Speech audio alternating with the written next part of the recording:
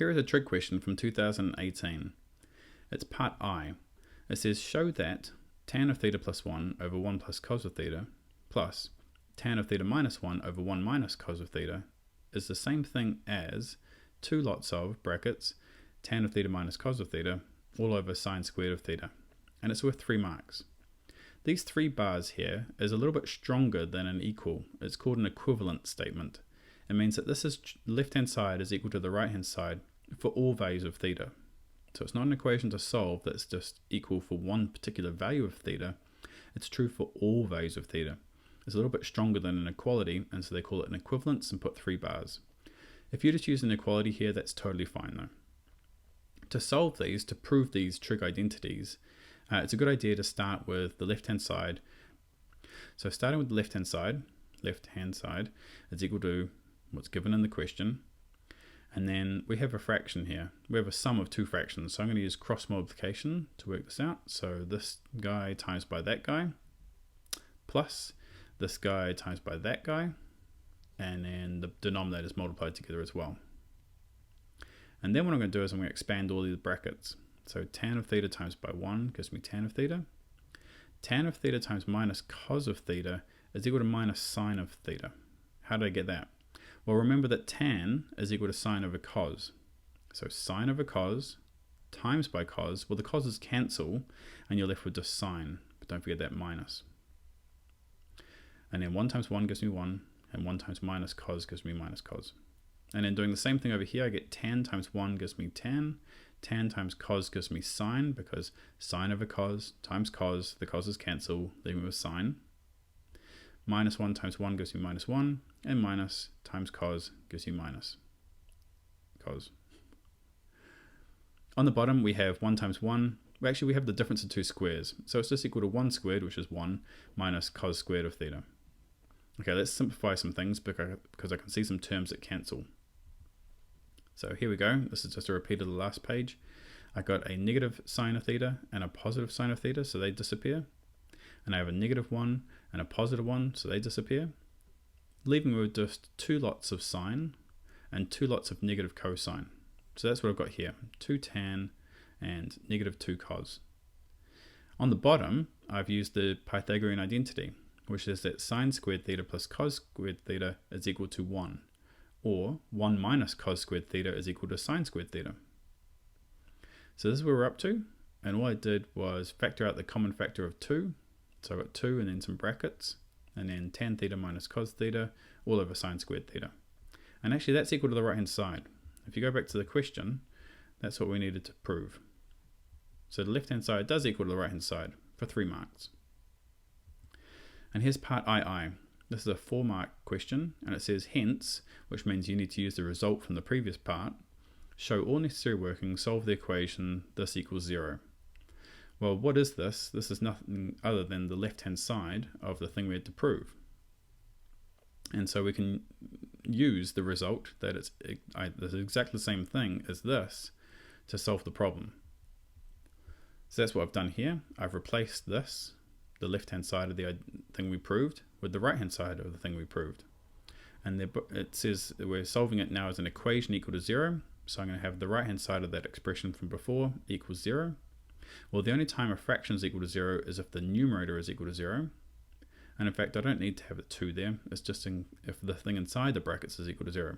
2 times nothing divided by anything is going to equal 0. So all this collapses down to a pretty simple looking equation, which is tan of theta minus cos of theta is equal to 0. So let's solve this for values of theta between 0 and 90. Okay, so tan theta minus cos of theta equals 0. I've just added cos to both sides to get tan theta equals cos theta. Remember that tan is sine over cos. And then I've multiplied both sides by that cos on the denominator to get sine of theta is equal to cos squared of theta. And then using the Pythagorean identity again, cos theta is squared is equal to the same thing as 1 minus sine squared of theta. And this is nice because now we have an equation that's just in terms of sine of theta. In fact, rearranging it, it looks like this, which should look like a quadratic to you. So sine squared theta plus sine theta minus 1 equals 0 is a quadratic in sine of theta. In fact, if we make the substitution and let x equal sine theta, then this equation becomes x squared plus x minus 1 equals 0. Okay, so we can solve this question. It does require using the quadratic formula, and you get the solutions approximately 0.6180 or negative 1.618. But remember, we're trying to solve for theta, and these are the solutions for x. So remember that x is equal to sine of theta. So if x is equal to 0.6180, that's really saying that sine of theta is equal to 0.6180. And if you inverse sine both sides to get to theta, you get an answer which I got was 38.2 degrees.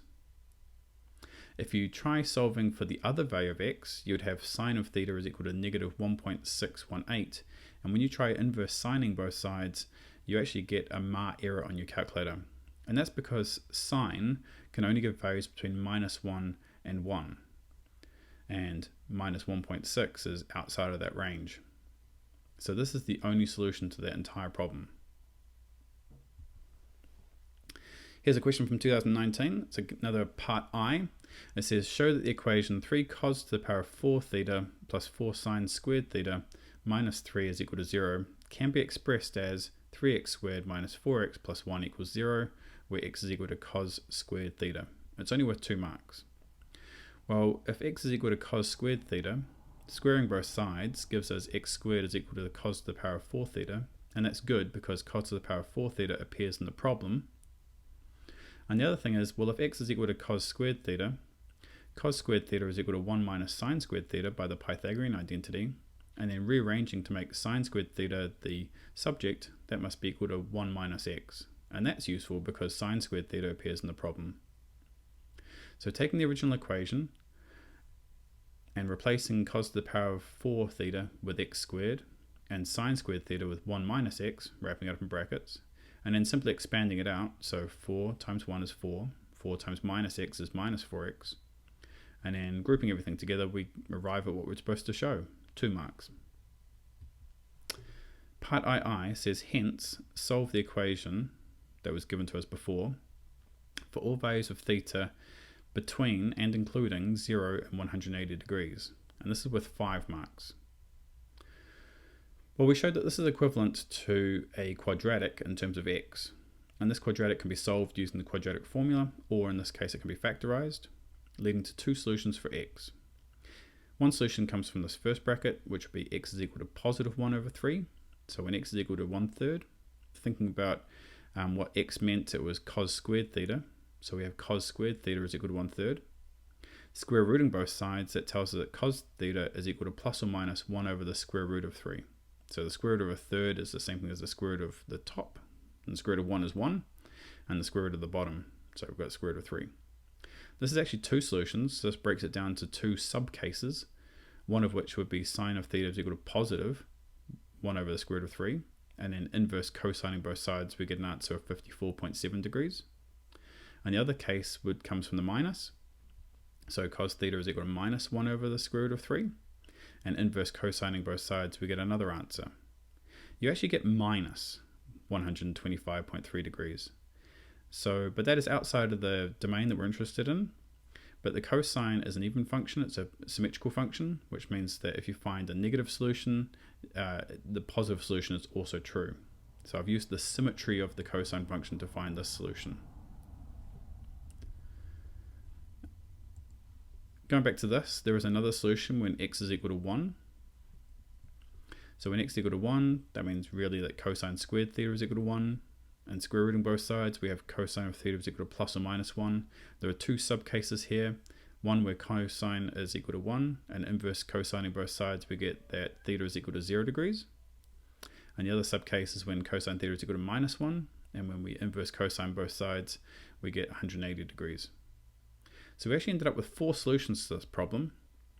There was 54.7 degrees, 125.3 degrees found with symmetry, and 0 and 180 degrees. And 0 and 180 degrees are solutions because of these inequalities that include the 0 and the 180. Here's a question from 2020. It says solve the equation 3 tan squared theta plus 1 equals 2 over tan squared theta for values of theta between 0 and 180 degrees. And it's worth 5 marks, so it's a big problem.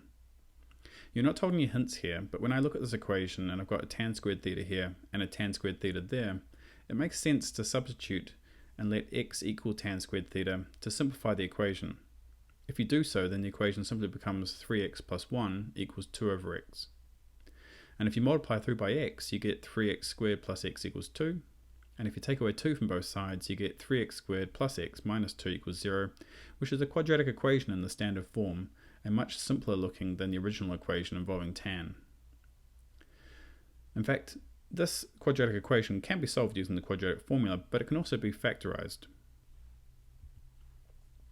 So if we factorize it, we get this, and one solution will come from the first bracket, which will be x is equal to positive 2 over 3, and when x is equal to 2/3, using our little substitution, x was really tan squared theta, so we have tan squared theta is equal to 2/3, and square rooting both sides, we get tan theta is equal to plus or minus the square root of 2/3. There's two cases here, a positive case and a negative case. Treating them separately, tan theta equals positive square root of 2/3, and then inverse tanning both sides, we get that theta is equal to 39.2 degrees. And taking the second case, when tan of theta is equal to negative square root of 2/3, inverse tanning both sides, you actually get a negative number, but then because of the repetition of the tan function and its period being 180 degrees, you get another solution in the domain that we're interested in, which is between 0 and 180 degrees. So you have to use the sort of symmetry or the fact that the tan function repeats with a period of 180 to find that second solution. Returning to the factorized quadratic, there is another solution for x, and that would be x is equal to minus 1. However, if x is equal to minus 1, then using our substitution, that was really tan squared theta is equal to minus 1. Now tan of theta is just a number, and tan squared of theta means that number squared. But you can't have a number squared being negative. So I said here, but the square of a number can't be negative.